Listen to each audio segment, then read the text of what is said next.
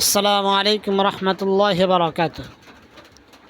আলহামদুলিল্লাহ, আমরা দ্বিতীয় নম্বর পর্বের মধ্যে নবী সাল্লাল্লাহু আলাইহি সাল্লামের ইসলামিক রাষ্ট্রের বাস্তবায়নের রূপরেখার যে 10টি পর্ব ছিল সেগুলা সংক্ষিপ্ত আকারে তুলে ধরেছিলাম। এই 10টি পর্বকে আমরা আলাদা আলাদাভাবে প্রত্যেকটি দফাকে আমরা কোরআন এবং সুন্নাহ অনুযায়ী দলিল আদিল্লার সাথে আকলি নকলি দলিলের সাথে আমরা তুলে ধরবো ইনশাআল্লাহু তাআলা। তো প্রথম দফাটি ছিল নবী সাল্লাল্লাহু আলাইহি সাল্লামের হালাল পন্থায় উপার্জন, হারাম পন্থা বর্জন করা। ইসলামের মধ্যে হালাল এবং হারাম উভয়টাই স্পষ্ট। এজন্য ইসলামে হালাল পন্থায় উপার্জন করাটা পছন্দ এবং স্বীকৃতি দেয়। হারাম পন্থায় একটি পয়সা অর্জন করাটাও ইসলাম অনুমতি দেয় না। হারাম পন্থার একটি পয়সাকেও ইসলাম গ্রহণ করে না, স্বীকৃতি দেয় না। তো এখানে একটি কথা হলো, গণতন্ত্র, আমাদের দেশ চলতেছে গণতান্ত্রিকভাবে। গণতন্ত্র হলো এমন একটা মানব রচিত বিধান যেখানে মানুষ যেটা আইন করতে মনে চায় সেটাই করে। এটা কি হালাল না হারাম সেগুলো তারা তোয়াক্কা করে না। তাদের হলো জনগণ যেটা চায় বা পার্লামেন্ট সদস্য তারা যেটা চায় সেটা যদি হারামও হয় সেটাই তাদের কাছে বৈধ, যেমন সুদ, ঘুষ ইত্যাদি। এবং কি এদেশের মধ্যে মদের লাইসেন্স পর্যন্ত দেওয়া আছে। যারা মদের লাইসেন্স নিয়ে খায় তাদের কোনো অপরাধ নেই, তারা সঠিক পথে আছে। ঘুষ নিকৃষ্টতম একটা জিনিস। আল্লাহ রাব্বুল আলামিন বলেন, আহাল্লাল্লাহুল বাই'a ওয়া হাররামার রিবা। আল্লাহ তাআলা ব্যবসাকে হালাল করেছেন, সুদকে করেছেন হারাম। কিন্তু গণতান্ত্রিক রাষ্ট্রের অর্থনৈতিক অবকাঠামো চলেই সুদের উপর নির্ভর করে। তো গণতন্ত্র হলো পার্লামেন্ট সদস্য তারা যেটা স্বীকৃতি দেয় সেটাই গ্রহণযোগ্য। এবার এটা কি হালাল না হারাম, কোরআন হাদিসে কি আছে না আছে সেগুলো দেখার কোনো বিষয় না। কিন্তু ইসলাম হলো কোরআন হাদিসে যেটা আছে সেটাই। এর মধ্যে বাড়াবাড়িরও কোনো সুযোগ নাই, ছাড়াছাড়ির মধ্যেও কোনো সুযোগ নাই। আর ইসলাম হালাল পন্থায় মানুষের জীবিকা উপার্জনের সম্পূর্ণ স্বাধীনতা দিয়েছে। আপনি কি ব্যবসা করবেন না চাকরি করবেন, না ক্ষেত খামার করবেন, কৃষিকাজ করবেন, না ড্রাইভিং করবেন, কোন পথে কিভাবে আপনি ইনকাম করবেন সেটা আপনার ব্যক্তিগত ব্যাপার। সেটার মধ্যে ইসলাম মাথা কামায় না। তবে পন্থাটা হতে হবে হালাল কোরআন সুন্নাহ অনুযায়ী। কিন্তু হারাম পন্থায় যদি হয় তাহলে সেটা ইসলাম কখনো গ্রহণ করে না, সেটাকে প্রত্যাখ্যান করে। তো হালাল এবং হারাম দুইটা দিক। হালাল উপার্জনের কয়েকটা সাইট রয়েছে, তার মধ্যে প্রধানত আমরা যে হালাল পন্থায় উপার্জন করি সেগুলোকে ভোগ করা এবং উপার্জন করা, বাস্তবায়ন করা, এগুলার 3টা দিক রয়েছে। হালাল পন্থায় ইসলাম 3 উপায়ে অনুমতি দেয়। এর মধ্যে শাখাগত আরও বিতর্কত অনেক রয়েছে। এর মধ্যে 1 নম্বর হলো যে বৈধ পন্থায় উপার্জন এবং বৈধ পন্থায় কি ভোগ করা।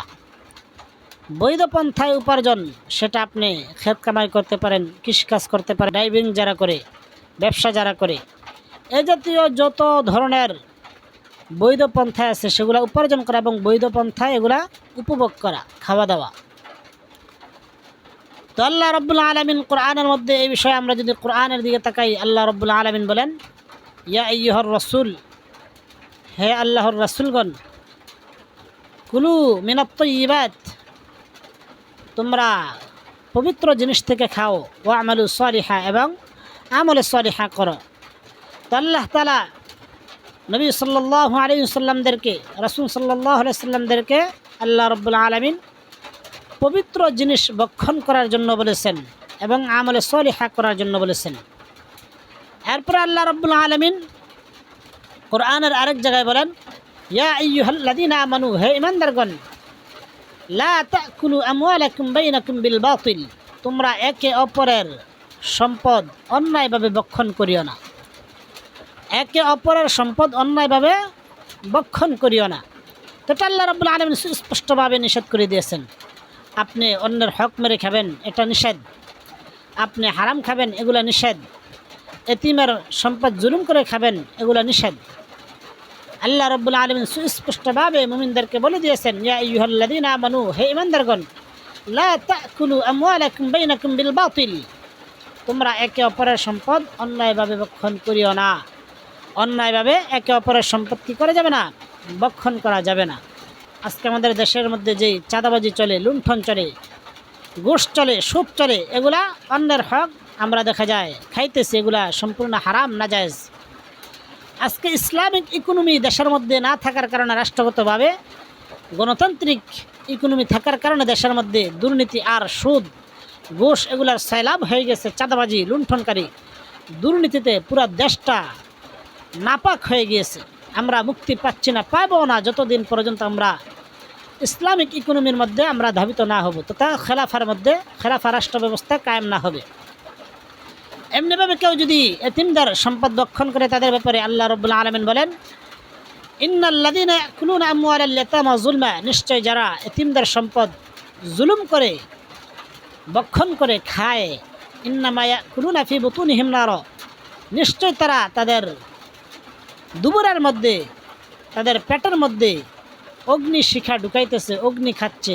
ওয়াসায়াসলাউনা সাঈরা, তারা অচিরেই জাহান্নামের মধ্যে জ্বলবে, তারা আগুনের মধ্যে প্রজ্বলিত হবে।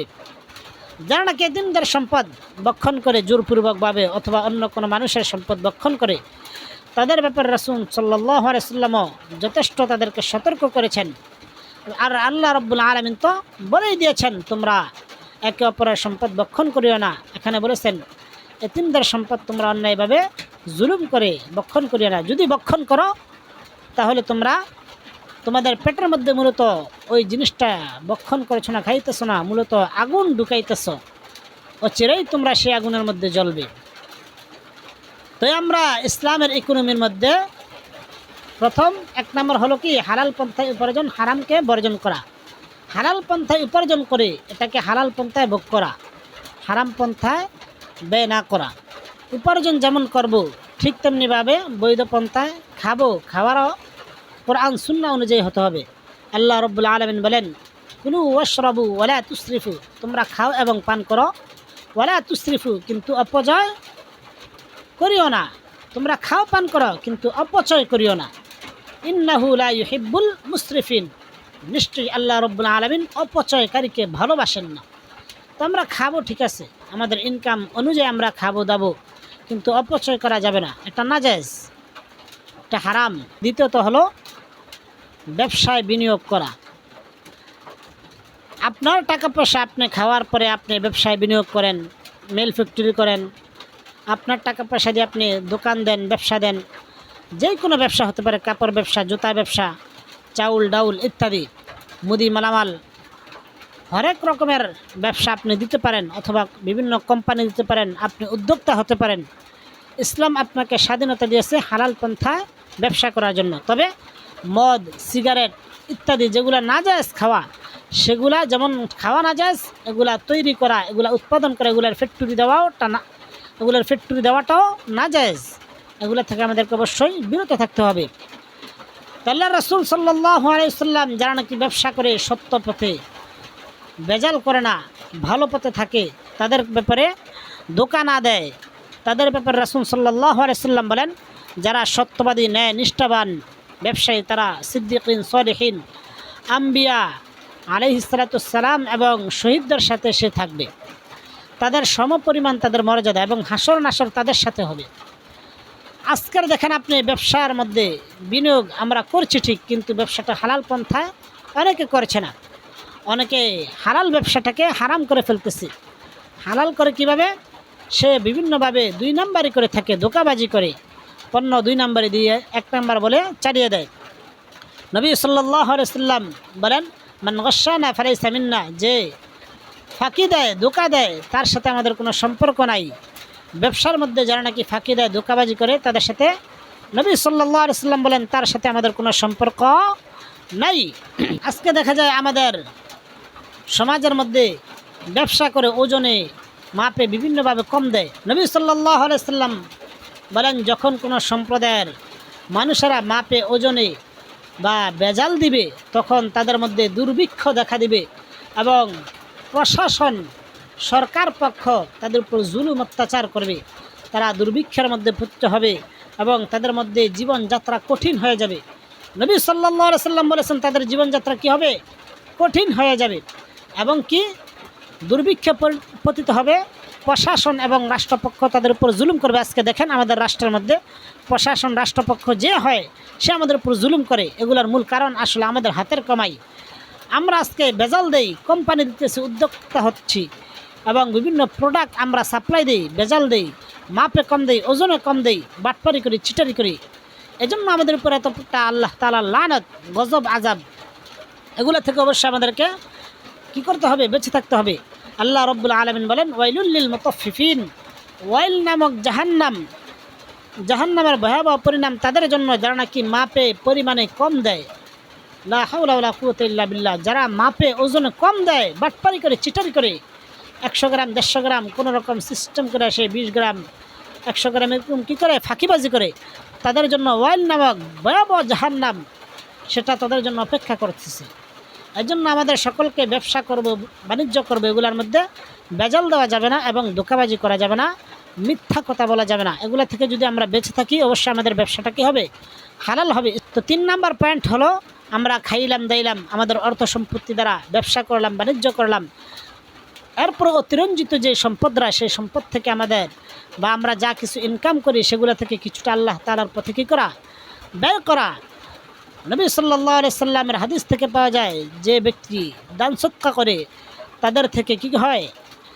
বালা মুসিবত দূর হয়ে যায় এবং রোগ ব্যাধি ভালো হয়ে যায়। নবী সাল্লাল্লাহু আলাইহি সাল্লাম রোগ ব্যাধি হলে বা পেরেশানির মধ্যে হলে, বিভিন্ন ঝামেলা হলে বেশি বেশি দান সদকা করার জন্য বলেছেন। আল্লাহ রাব্বুল আলামিন জায়গায় জায়গায় মুমিনদেরকে দান সদকা করার জন্য বলেছেন। এখন আমরা 3টা বিষয় জানতে পারলাম। কি? বৈধ পন্থা। এক হলো বৈধ পন্থায় উপার্জন এবং খাওয়া, দ্বিতীয়ত হলো ব্যবসায় বিনিয়োগ, তৃতীয়ত হলো আল্লাহর পথে ব্যয় করা। এবং নবী সাল্লাল্লাহু আলাইহি সাল্লাম থেকে আমরা পাই, কেউ যদি 1 টাকা আল্লাহর রাস্তায় দান করে, সে তাকে আল্লাহ তাআলা এমন রিজিক দিবে যে এই 1 টাকার বদলে সে 10 টাকা পাবে। রিজিকের মধ্যে যদি বরকত চাই অবশ্যই দান করতে হবে। হারাম পন্থায় উপার্জনেরও 3টা দিক রয়েছে। হালাল পন্থায় উপার্জনের যেমন 3টা দিক রয়েছে, হালাল পন্থারও 3টা দিক রয়েছে। 1 নম্বর হলো অবৈধ আয়। আজকে দেখেন আমাদের দেশের মধ্যে চাঁদাবাজি, স্বৈরাচাররা চলে গেছে কিন্তু এরপরও চাঁদাবাজি যাচ্ছে না। কারণ হলো গণতান্ত্রিক জুলুমবাজি শাসন ব্যবস্থা, এটা কুফরি। মুসলমানদের ইকোনমি, অর্থনৈতিক অবকাঠামো ইসলামের দৃষ্টিতে, কোরআন হাদিসের দৃষ্টিতে পৃথিবীর মধ্যে সবচেয়ে শ্রেষ্ঠ। তো অবৈধ আয়, জুলুমবাজি, ঘুষ খাওয়া, চাঁদাবাজি করা, দুর্নীতি করা, এগুলো অবৈধ। এবং কি হয়রানি করা, মানুষ থেকে হয়রানি করে টাকা নেওয়া, প্রতারণা করা, এগুলো থেকে অবশ্যই আমাদেরকে বাঁচতে হবে। নবী সাল্লাল্লাহু আলাইহি ওয়াসাল্লাম বলেন, লাআনা রাসূলুল্লাহ সাল্লাল্লাহু আলাইহি ওয়াসাল্লাম আর রাশি ওয়াল মুরতাশি। আল্লাহ এবং রাসূলের লানত ওই ব্যক্তির উপর যে নাকি যারা ঘুষ দেয় এবং ঘুষ নেয়, ঘুষ গ্রহীতা এবং ঘুষ দাতা উভয়ের উপর আল্লাহ এবং রাসূলের লানত। আল্লাহ তাআলা আমাদের সকলকে হেফাজত করুক এই সমস্ত ঘুষ দাতাদের থেকে। নবী সাল্লাল্লাহু আলাইহি ওয়াসাল্লাম এমনিভাবে যারা নাকি হারাম হালাল কিছু বাঁচে না,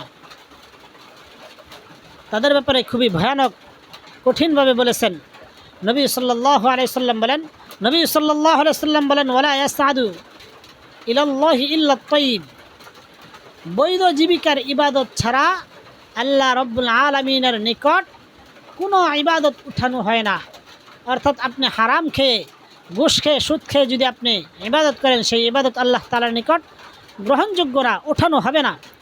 নবী সাল্লাল্লাহু আলাইহি ওয়াসাল্লাম অন্য হাদিসের মধ্যে বলেন, লা তুকবালু সালাতুন বিগাইরি তুহুরিন ওয়ালা সাদাকাতুন মিন গুলুলিন। অজু গোসল ছাড়া যেমনিভাবে নামাজ কবুল হয় না আল্লাহ তাআলার নিকট, ঠিক তেমনিভাবে বৈধ উপার্জন ছাড়া দান সদকাও কবুল হয় না। দেখা যায় আমাদের অনেক সুদখোর ঘুষখোররা আছে, যারা অনেক টাকা পয়সা কী করে দুর্নীতি করে মারতেছে, আবার দান করতেছে, কোনো লাভ নেই। এগুলো তারা 5 পয়সার কোনো সওয়াব পাবেন না। এবং নবী সাল্লাল্লাহু আলাইহি সাল্লাম আরও বলেন, মান জামা আমালান হারামান। যে ব্যক্তি হারাম মাল জমা করলো, দুর্নীতি করে, চাঁদাবাজি করে, লুণ্ঠন করে, পরের হক মেরে সে জমা করলো, সুম্মা তাসাদ্দাকা বিহি, সে তার থেকে কী করলো? দান সদকা করলো। লাম ইয়াকুন লাহু ফিহি আজরুন, তার এই দান কী করা হবে না, এর মধ্যে এর থেকে তার কোনো প্রতিদান দেওয়া হবে না, সে এর থেকে কোনো প্রতিদান পাবে না। সে দান করেছে, কিন্তু এর থেকে সে কোনো কি পাবে না, প্রতিদান পাবে না। ওয়াকানা ইসরুহু আলাইহি, সে অবশ্যই সে যে পাপ করেছে, যে অন্যায় করেছে, দুর্নীতি করেছে, ডাকাতি করেছে, চুরি করেছে, পরের হক মেরেছে, চাঁদাবাজি করেছে, এটার জন্য অবশ্যই সে শাস্তি অন্তর্ভুক্ত হবে এবং শাস্তি পাবে। এরপরে 2 নম্বর হলো চরিত্র নৈরাজ্য সৃষ্টিকারী। চরিত্রিক নৈরাজ্য সৃষ্টিকারী যারা, তারা দাইয়ুজ। নবী সাল্লাল্লাহু আলাইহি সাল্লাম বলেন, দাইয়ুজদের জন্য জান্নাত হারাম, জাহান্নাম অবধারিত, তারা জাহান্নামী। দাইয়ুজ কারা? যারা বর্তমানে টিকটক করে, মোবাইলের মধ্যে বিভিন্ন ধরনের যে সমস্ত মহিলা পুরুষরা বেগানা হয়ে ছবি ছাড়ে, এবং কি ইউটিউব ফেসবুকের মধ্যে টিকটকের মধ্যে মহিলারা বিভিন্ন নাচ গান বেহাপনার কি করে টিকটক ছাড়ে। এমনিভাবে নাটক যারা করে, যারা মুভি করে, তারা হলো দাইয়ুজ, তারা হলো চারিত্রিক নৈরাজ্য সৃষ্টিকারী। তাদের জন্য জান্নাত হারাম, তারা জাহান্নামী, তাদের জন্য জাহান্নাম অবধারিত।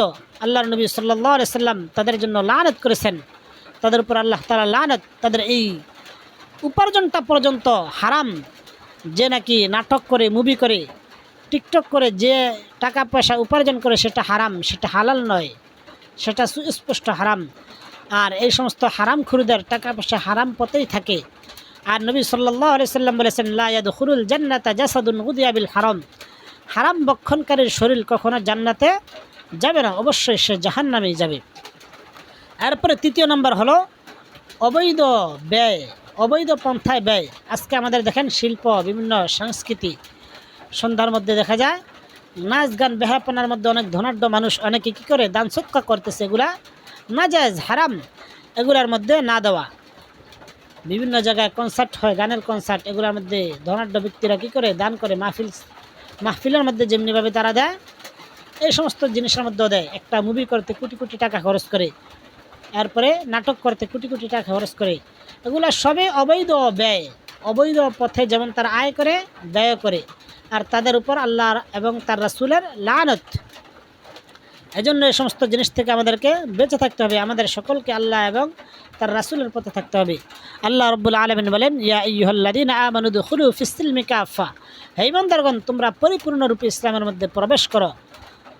উদখুলু ফিস-সিলমি কাফা ওয়ালা তাত্তাবিউ খুতুওয়াতিশ শাইতান, তোমরা শয়তানের পদাঙ্ক অনুসরণ করো না। ইন্নাহু লাকুম আদুউম মুবিন, নিশ্চয় শয়তান কি তোমাদের প্রকাশ্য শত্রু। তো আমাদের রাষ্ট্র চলতেছে পুঁজিবাদের উপর, গণতান্ত্রিক অর্থনীতির উপর। গণতন্ত্র কুফরি এবং এটার ব্যবস্থাপনা, সুদ, ঘুষ ইত্যাদি, এগুলোর মাধ্যমে দেখেন আমাদের দেশের এমপি, মন্ত্রী, সরকাররা পর্যন্ত দুর্নীতির মধ্যে যুক্ত, এবং তারা দুর্নীতি করার জন্য এগুলোর মধ্যে মনে হয় হারাজুতি লাগছে। কে কার থেকে বেশি দুর্নীতি করে, দেশ থেকে টাকা পাচার করে ভিন দেশে যে বাড়ি করতে পারে, এগুলো সবই নিষেধ। পুঁজিবাদ হলো নিকৃষ্ট, সমাজ, রাষ্ট্র সব কিছু ধ্বংস করে দেয়। আমাদের দেশে দেখেন, এই দেশের মধ্যে সুদভিত্তিক রাষ্ট্রের মধ্যে মানুষকে দিন দিন গরিব বানাইতেছে, গরিবকে ধনীকে ধনী বানাইতেছে, এই হলো অবস্থা। তো এই জন্য এই সমস্ত জিনিস থেকে আমাদের সকলকে বাঁচতে হবে এবং নিজেও বাঁচতে হবে, পরিবার পরিজন সকলকে বাঁচাতে হবে।